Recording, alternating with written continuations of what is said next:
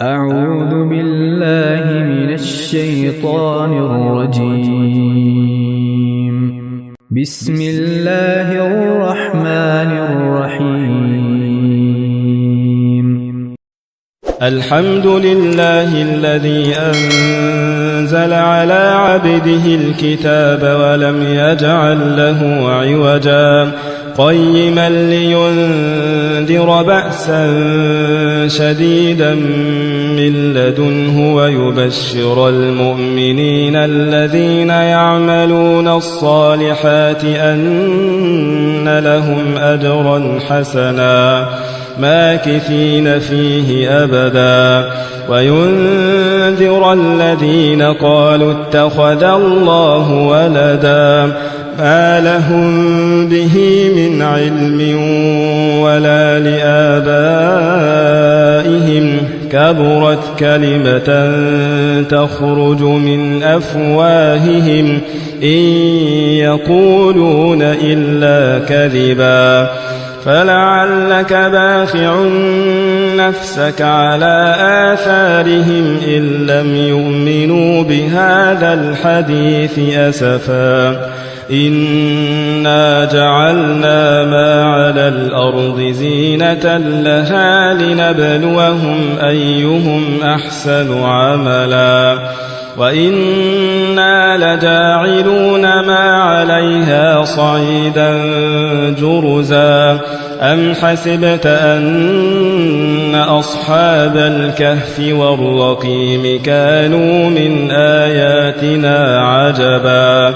إذ أوى الفتية إلى الكهف فقالوا ربنا آتنا من لدنك رحمة وهيئ لنا من أمرنا رشدا فضربنا على آذانهم في الكهف سنين عددا ثم بعثناهم لنعلم أي الحزبين أحصى لما لبثوا أمدا نحن نقص عليك نبأهم بالحق إنهم فتية آمنوا بربهم وزدناهم هدى وربطنا على قلوبهم إذ قاموا فقالوا ربنا رب السماوات والأرض لن ندعو من دونه إلها لقد قلنا إذا شططا هؤلاء قومنا اتخذوا من دونه آلهة لولا يأتون عليهم بسلطان بين فمن أظلم ممن افترى على الله كذبا وإذ اعتزلتموهم وما يعبدون إلا الله فأووا إلى الكهف ينشر لكم ربكم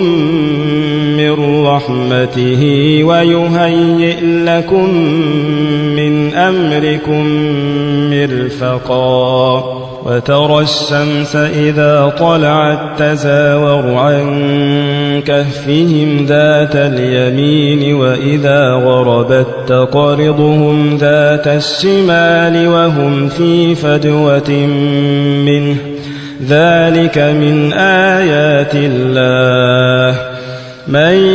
يهد الله فهو المهتد ومن يضلل فلن تجد له وليا مرشدا وتحسبهم أيقاظا وهم رقود ونقلبهم ذات اليمين وذات الشمال وكلبهم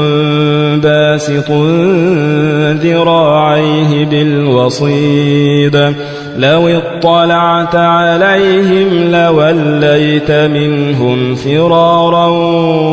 ولملئت منهم رعبا وكذلك بعثناهم ليتساءلوا بينهم قال قائل منهم كم لبثتم قالوا لبثنا يوما أو بعض يوم قالوا ربكم أعلم بما لبثتم فبعثوا أحدكم بورقكم هذه إلى المدينة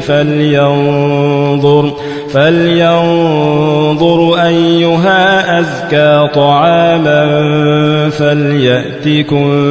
برزق منه وليتلطف ولا يشعرن بكم أحدا إنهم إن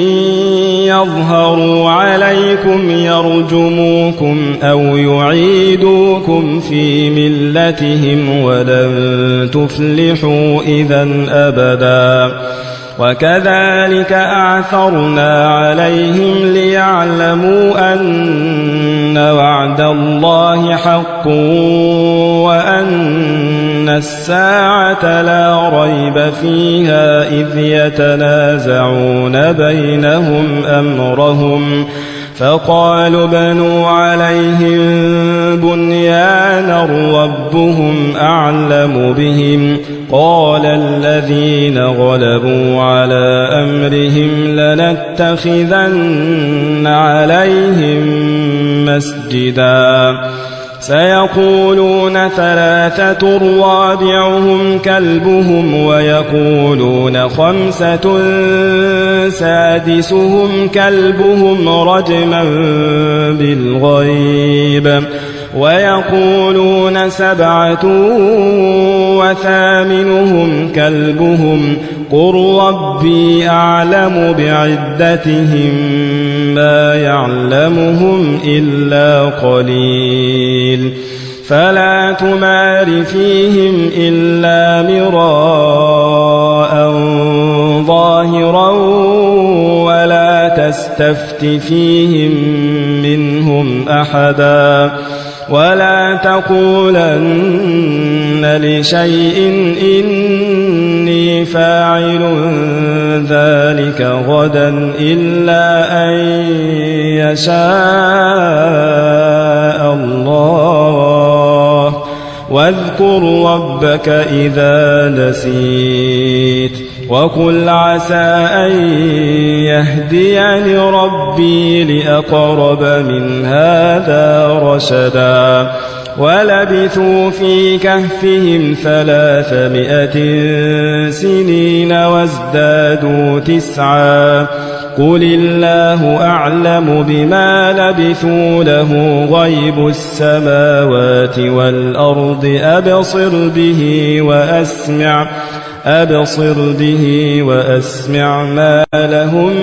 من دونه من ولي ولا يشرك في حكمه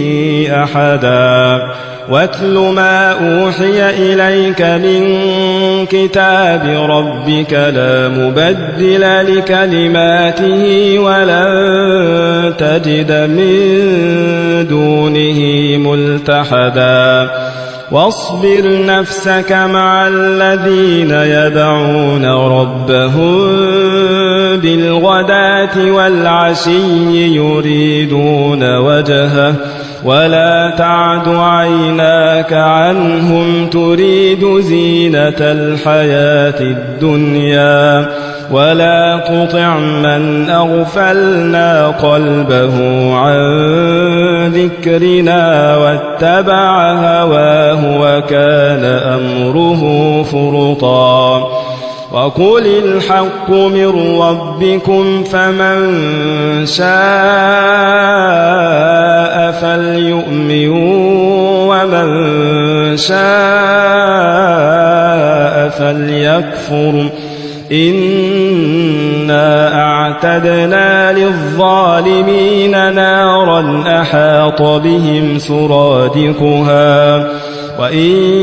يستغيثوا يغاثوا بماء كالمهل يشوي الوجوه بئس الشراب وساءت وساءت مرتفقا إن الذين آمنوا وعملوا الصالحات إنا لا نضيع أجر من أحسن عملا أولئك لهم جنات عدن تجري من تحتهم الأنهار يحلون فيها من أساور من ذهب ويلبسون ثيابا خضرا من سندس واستبرق متكئين فيها على الأرائك نعم الثواب وحسنت مرتفقا واضرب لهم مثل الرجلين جعلنا لأحدهما جنتين من أعناب وحففناهما بنخل وجعلنا بينهما زرعا كلتا الجنتين آتت أكلها ولم تظلم منه شيئا وفجرنا خلالهما نهرا وكان له ثمر فقال لصاحبه وهو يحاوره أنا أكثر منك مالا وأعز نفرا ودخل جنته وهو ظالم لنفسه قال ما أظن أن تبيد هذه أبدا وما أظن الساعة قائمة ولئن رددت إلى ربي لأجدن خيرا منها منقلبا قال له صاحبه وهو يحاوره أكفرت بالذي خلقك من تراب ثم من نطفة ثم سواك رجلا لكن هو الله ربي ولا أشرك بربي أحدا ولولا إذ دخلت جنتك قلت ما شاء الله لا قوة إلا بالله إن ترني أنا أقل منك مالا وولدا فعسى ربي أن يؤتيني خيرا من جنتك ويرسل عليها حسبانا من السماء فتصبح صعيدا زلقا أو يصبح ماؤها غورا فلن تستطيع له طلبا وأحيط بثمره فأصبح يقلب كفيه على ما أنفق فيها وهي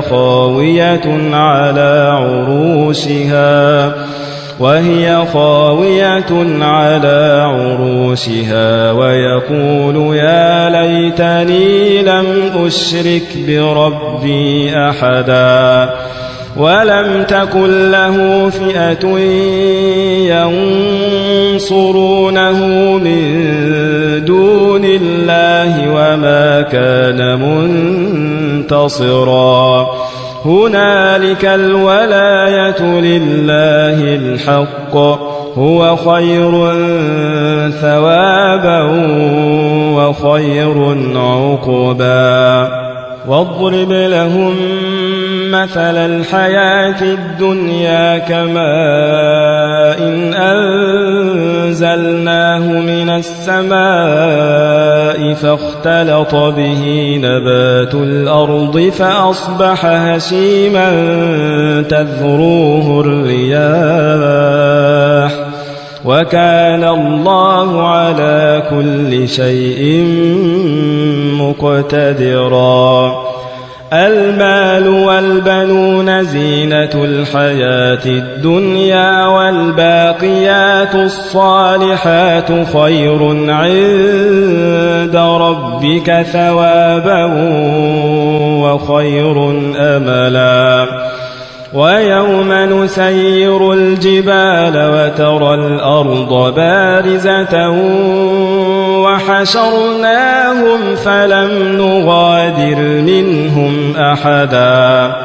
وعرضوا على ربك صفا لقد جئتمونا كما خلقناكم أول مرة بل زعمتم أن لن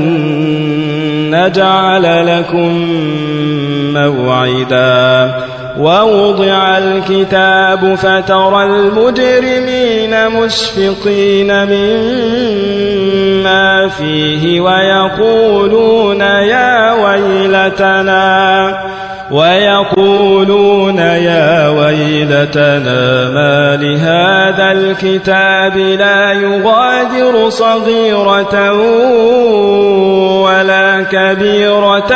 إلا أحصاها ووجدوا ما عملوا حاضرا ولا يظلم ربك أحدا. وإذ قلنا للملائكة اسجدوا لآدم فسجدوا إلا إبليس كان من الجن ففسق عن أمر ربه أفتتخذونه وذريته أولياء من دوني وهم لكم عدو بئس للظالمين بدلا. ما أشهدتهم خلق السماوات والأرض ولا خلق أنفسهم وما كنت متخذ المضلين عضدا. ويوم يقول نادوا شركائي الذين زعمتم فدعوهم فلم يستجيبوا لهم وجعلنا بينهم موبقا. ورأى المجرمون النار فظنوا أنهم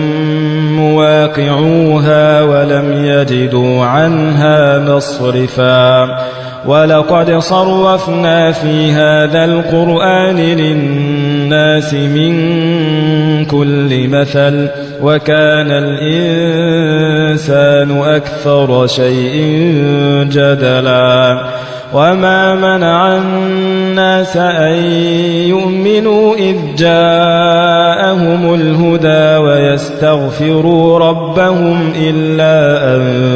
تأتيهم سنة الأولين أو يأتيهم العذاب قبلا.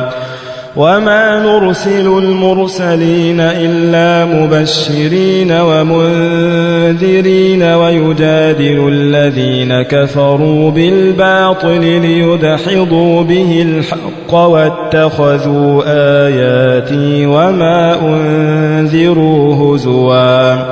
ومن أظلم ممن ذكر بآيات ربه فأعرض عنها ونسي ما قدمت يداه إنا جعلنا على قلوبهم أكنة أن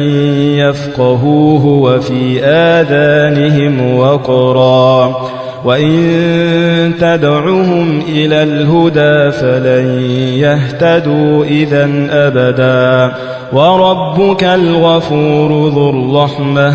لو يؤاخذهم بما كسبوا لعجل لهم العذاب بل لهم موعد لن يجدوا من دونه موئلا. وتلك القرى أهلكناهم لما ظلموا وجعلنا لمهلكهم موعدا. وإذ قال موسى لفتاه لا أبرح حتى أبلغ مجمع البحرين أو أمضي حقبا فلما بلغا مجمع بينهما نسيا حوتهما فاتخذ سبيله في البحر سربا فلما جاوزا قال لفتاه آتنا غداءنا لقد لقينا من سفرنا هذا نصبا قال أرأيت إذ أوينا إلى الصخرة فإني نسيت الحوت وما أنسانيه إلا الشيطان أن أذكره واتخذ سبيله في البحر عجبا قال ذلك ما كنا نبغي فارتدا على آثارهما قصصا فوجدا عبدا من عبادنا آتيناه رحمة من عندنا وعلمناه من لدنا علما قال له موسى هل أتبعك على أن تعلمني مما علمت رشدا قال إنك لن تستطيع معي صبرا وكيف تصبر على ما لم تحط به خبرا قال ستجدني إن شاء الله صابرا ولا أعصي لك أمرا قال فإن اتبعتني فلا تسألني عن شيء حتى أحدث لك منه ذكرا فانطلقا حتى إذا ركبا في السفينة خرقها قال أخرقتها لتغرق أهلها لقد جئت شيئا إمرا قال ألم أقل إنك لن تستطيع معي صبرا قال لا تؤاخذني بما نسيت ولا ترهقني من أمري عسرا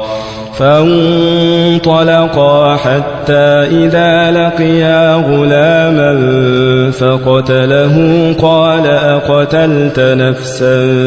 زكية بغير نفس لقد جئت شيئا نكرا قال ألم أقل لك إنك لن تستطيع معي صبرا قال إن سألتك عن شيء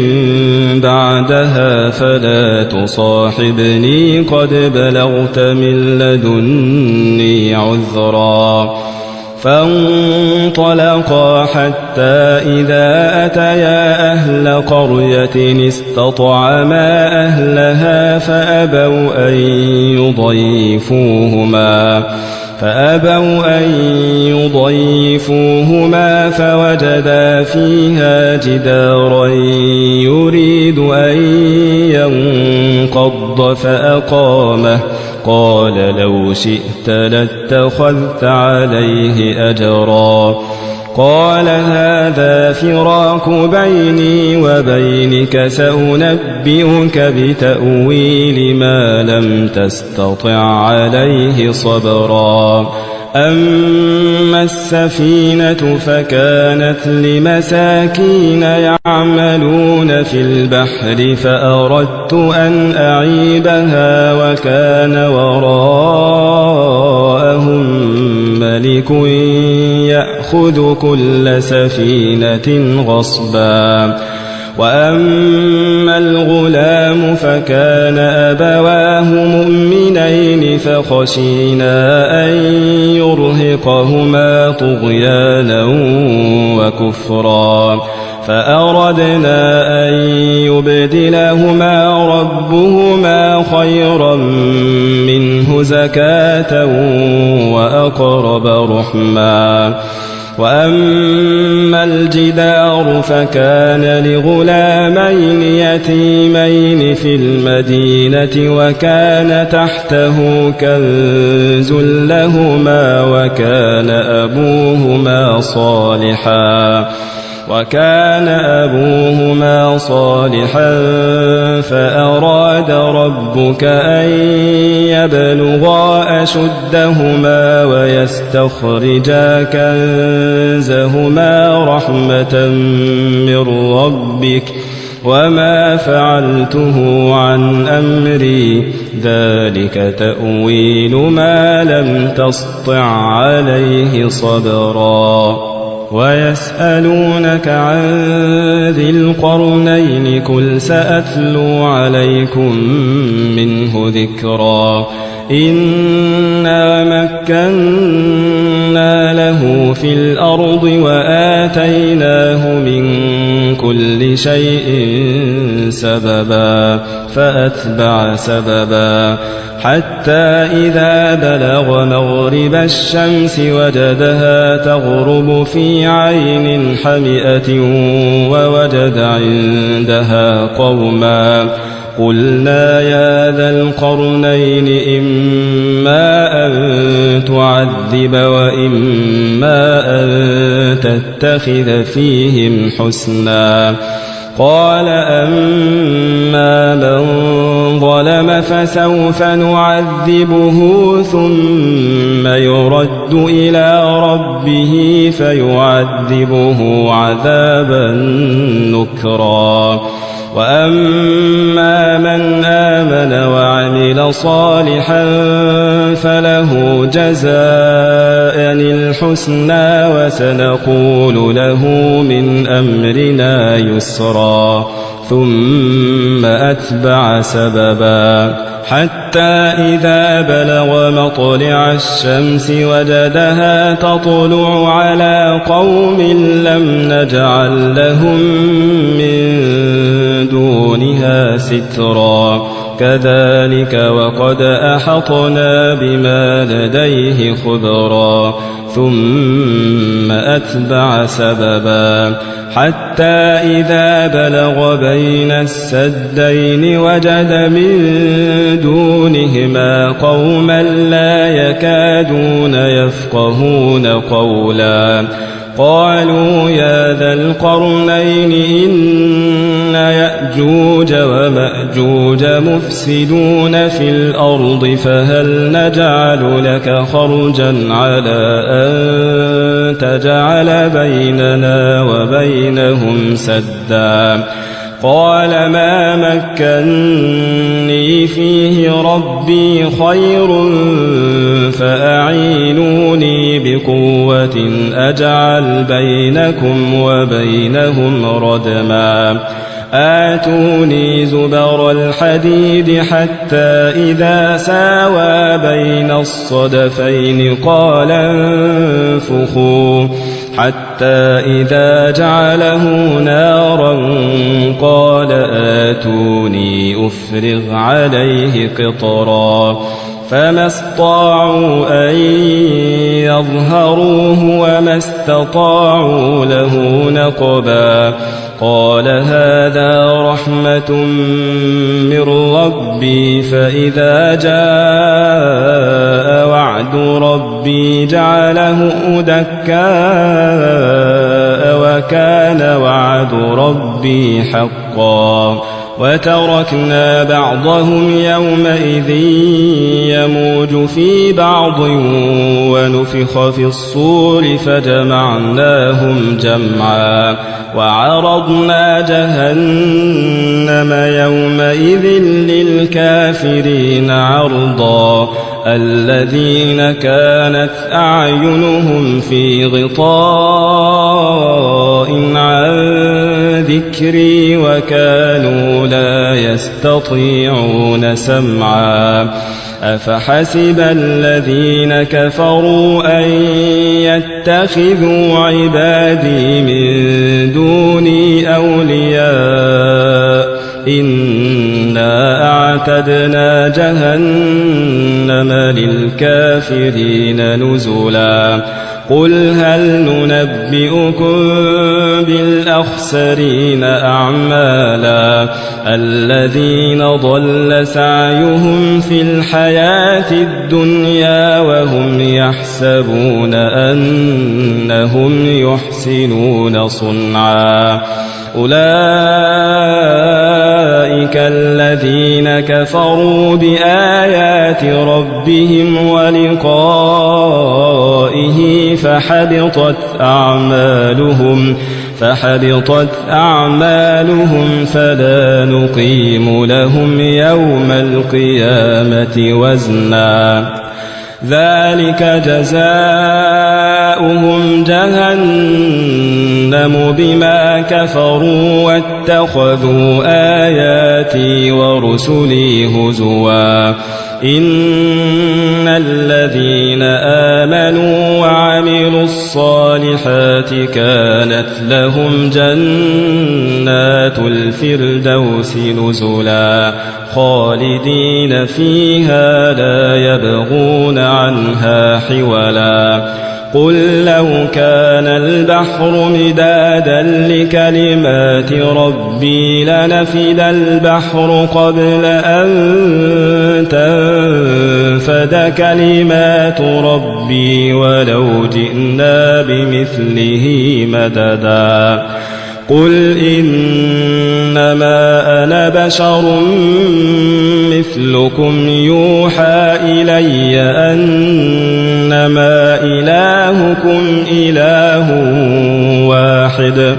فمن كان يرجو لقاء ربه فليعمل عملا صالحا ولا يشرك بعبادة ربه أحدا